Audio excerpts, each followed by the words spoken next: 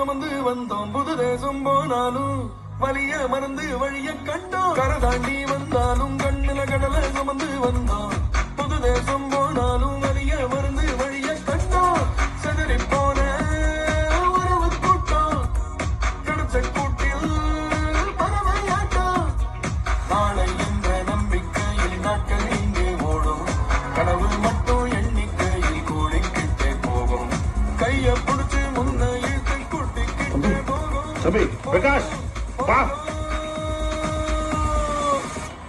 என்னடா டேய் மயங்கி விழுந்துட்டான்னு நினைக்கிறேன். உடனே ஆம்புலன்ஸ் போன் அடி. டேய் அவன் ஃபுல்லா கல்பா போட்டு வந்து விழுந்து கிடக்குறான்.